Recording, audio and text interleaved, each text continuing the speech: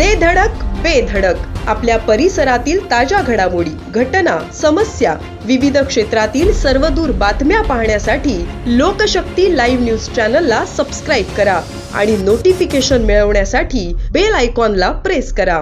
राज्यभर तिथीनुसार 6 मार्च रोजी छत्रपती शिवाजी महाराजांची शिवजयंती मोठ्या उत्साहात साजरी करण्यात आली. मात्र स्वराज्याची राजधानी असलेल्या किल्ले रायगडावर प्रशासनाच्या ढिसाळ कारभाराचा धक्कादायक प्रकार समोर आल्याने शिवभक्तांमध्ये तीव्र संताप व्यक्त होत आहे. महाराजांच्या समाधी परिसरात सुरक्षेसाठी उभारण्यात आलेले लाकडी बॅरिकेड तुटलेले असून त्यांची योग्य दुरुस्ती करण्याऐवजी ते चक्क कापडी चिन्हांनी बांधून ठेवण्यात आल्याचे चित्र शिवजयंतीच्या दिवशीच समोर आले.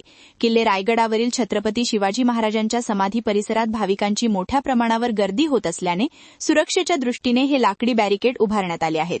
मात्र यापैकी काही बॅरिकेड तुटलेले असून त्यांची अद्याप दुरुस्ती करण्यात आलेली नाही.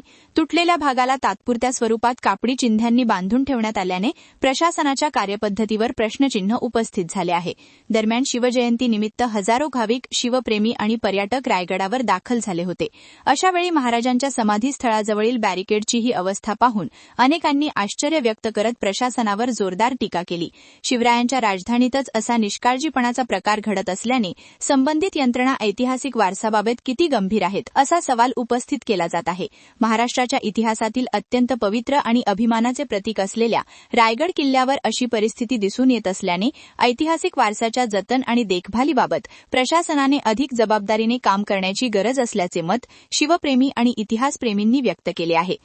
लोकशक्ती लाईव्हसाठी न्यूज ब्युरो, रायगड. अशाच सच्चाई दर्शवणाऱ्या बातम्या पाहण्यासाठी लोकशक्ती लाईव्ह न्यूज चॅनलला लाईक करा, शेअर करा आणि सबस्क्राईब करा.